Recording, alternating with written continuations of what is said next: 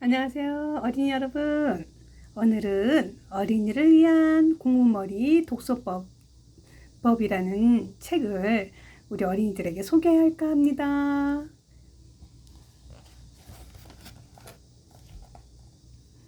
독서가 왜 중요하다는 걸까?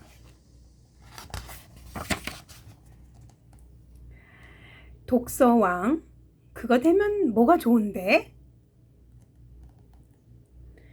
방금 책 읽기를 시작했는데 세 줄만 넘어가도 머리가 어질어질하다고? 이 책도 당장 덮어버리고 싶다고? 잠깐! 그거 알아? 넌 독서왕이 될 거야. 확신해! 봐, 벌써 세 줄을 훨씬 넘겼잖아. 책 읽기의 첫 단계는 세 줄 이상 읽기야. 그러니 첫 단계는 일단 성공인 셈이지? 그럼 그 다음 단계는 뭘까? 궁금해? 좋아. 첫 단계를 성공했으니 알려줄게.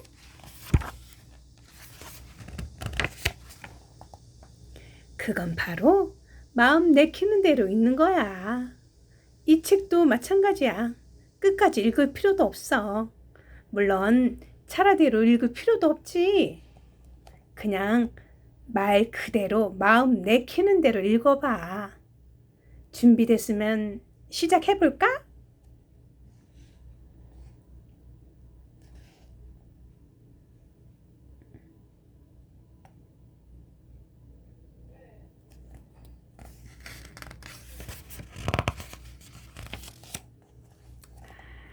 그러니까 왜 책 읽어야 하는 건데? 넌 장래희망이 뭐니?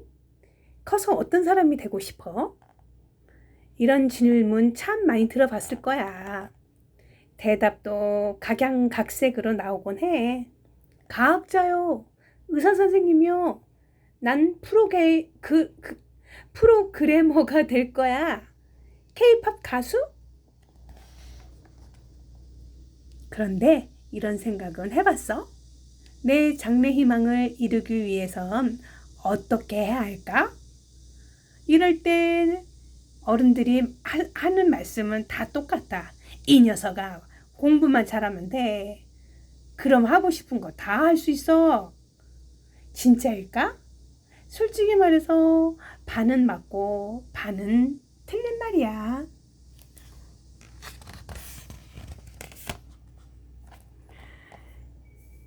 장래 희망을 이루기 위해선 무엇보다도 책을 읽어야 해. 많이, 그리고 자주. 말도 안 된다고? 그렇지 않아. 만 권의 책을 읽으면 신이 될 수도 있다? 라는 말이 있어. 중국의 예술가이자 정치가인 소식이 한 말이야. 이 말은 괜히 나온 게 아니야. 잘 들어봐. 책을 많이 읽으면 첫째, 공부를 잘할 수 있어. 책을 읽는 동안 우리 뇌는 그 어느 때보다 열심히 움직이거든. 그저 책만 읽었을 뿐인데 내가 운동을 하는 거지. 내 운동 덕분에 시냅스라는 뇌신경이 발달하게 돼. 촘촘해진 시냅스는 어려운 문장을 이해하는 능력을 올려줘. 그럼 교과서를 이해하는 능력도 높아지는 거야. 그 다음엔 어떤 일이 벌어질까? 어려운 문제도 척척, 성적도 쑥쑥 오르게 되겠지. 둘째, 통찰력을 기를 수 있어. 어떤 종류의 책이든 열심히 많이 읽으면 사건이 어떻게 진행될지를 미리 짐작할 수 있게 돼. 사건을 미리 짐작하는 능력이 생기면 통찰력은 저절로 길러지게 되지. 통찰력은 앞으로 어떤 일이 일어날지 미리 꿰뚫어 보는 능력이야. 통찰력을 활용해 자신의 꿈을 이룬 대표적인 인물은 워렌 버핏이야. 그는 책을 통해 얻은 통찰력으로 남들보다 먼저 미래를 내다봤어. 덕분에 각종 사업에서 크게 성공할 수 있었고 세계적인 부자가 되었지.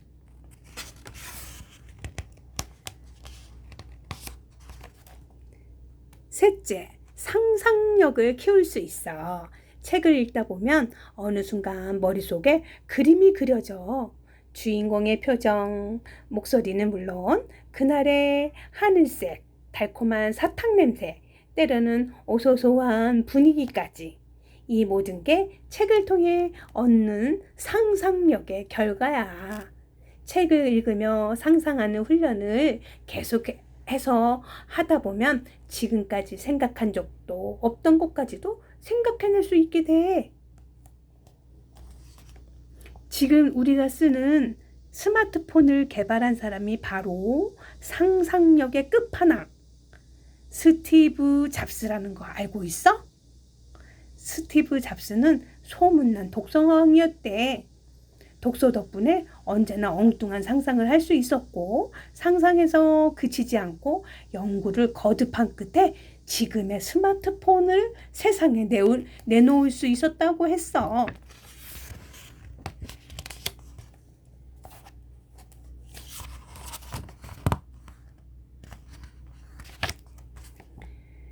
단 12척의 배로 일본의 배 133척을 물리친 이수신 장군, 한글을 발명한 세종대왕, 유럽을 정복한 나폴레옹, 미국인들에게 가장 존경받는 대통령 링컨, 컴퓨터 프로그램 개발자이자 자선사업가인 빌 게이츠, 전기를 발명한 과학자 에디슨. 이들의 공통점은 어렸을 때부터 책 읽기를 아주 좋아한 독서가니였다는 거야. 평생토록 책을 손에서 놓지 않았지. 이제 알겠지? 독서는 꿈을 이룰 수 있는 가장 빠른 길이자 방법이라는 걸.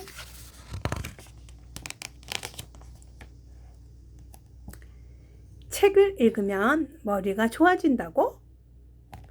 다음 중 머리를 가장 많이 쓸 때는 언제일까? 정답은 4번. 앞에서 봐서 알겠지만 책을 읽는 동안 우리 뇌는 계속 운동을 해.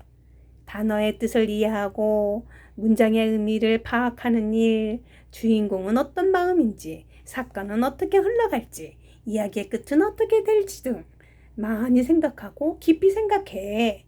운동을 많이 하면 몸에 있는 근육의 양이 늘어나잖아. 머리도 마찬가지야. 생각을 많이 하고 깊이 하면 내 신경이 더 활발하게 더 많이 움직이지. 그러니까 독서는 머리를 좋게 만드는 가장 쉽고 가장 간편한 운동이라고 할 수 있어. 그런데 만약 독서를 하지 않으면 남들보다 더 많은 시간을 들이게 되고 더 많은 노력을 해야 될 거야. 아이템이 하나도 없는 캐릭터와 같으니까. 그러니 남들보다 더 강력한 아이템을 갖고 싶다면 지금 이 순간부터 책을 읽어봐.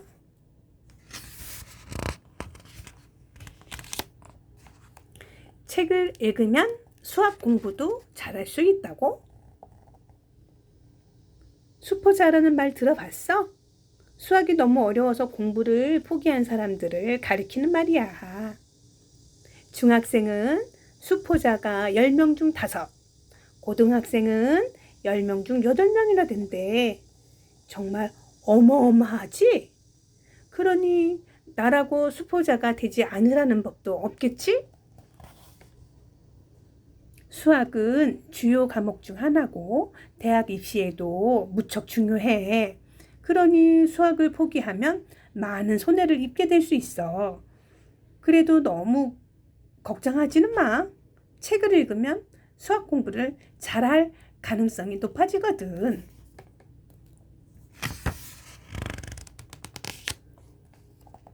수학은 논리적인 생각을 필요로 하는 과목이야. 책을 읽으면 바로 이 논리력이 키워져. 어떤 책을 읽은 후 형제, 자매와 우애 있게 지내야겠다거나 동물들을 괴롭히지 말아야지 하는 생각을 할 때가 있잖아. 논리력은 이렇게 책을 읽고 나서 떠올려 보는 교훈에서 시작돼.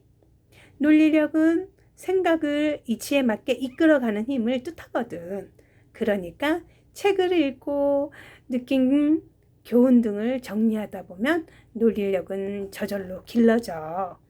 또 논리력이 생기면 자신의 생각을 글로 풀어내는 능력도 키울 수 있게 돼. 자, 수학 문제로 예를 들어볼까?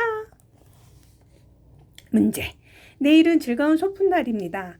서리는 옷장에서 마음에 드는 옷과 모자를 꺼냈어요. 위도 2개, 아래도 2개, 모자 2개였어요.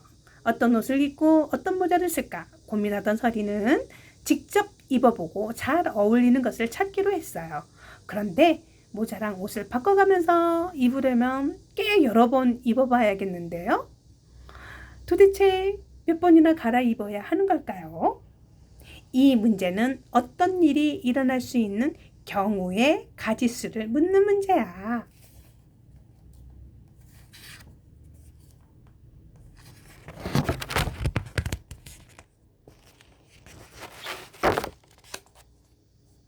평소 책을 많이 읽은 사람은 문제의 핵심을 단번에 알아채고 문제를 풀기 시작할 거야. 하지만 그렇지 않은 사람은 문제를 여러 번 읽은 후에나 겨우 문제를 풀 수 있겠지? 다시 말해, 논리력이 강하면 문제를 쉽고 빠르게 이해할 수 있어.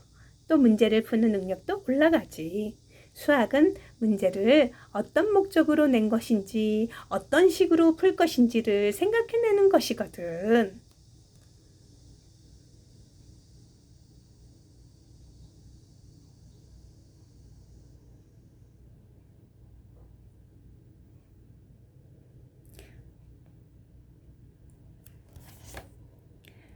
독서가 취미인 중학생이 수학 경시대회에서 1위를 하다.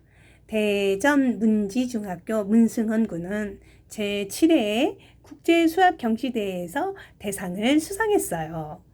이 대회는 수학 명제를 찾기 위한 목적으로 열렸는데 우리나라에서는 4만여 명의 학생이 예선과 결선을 거쳐서 문승헌 군이 그중 대표로 뽑혔어요. 문승헌 군에게 수학 실력의 비법을 묻자 이렇게 말했어요. 책 읽기가 논리적인 사고를 키우는데 큰 도움을 준 것 같아요. 저는 매일 한 권의 책을 읽는답니다. 문 군의 어머니도 단순히 수학만 공부해서 수학 실력이 좋아진 것이 아니라 독서력이 뒷받침된 결과인 것 같다라는 말씀을 하셨답니다.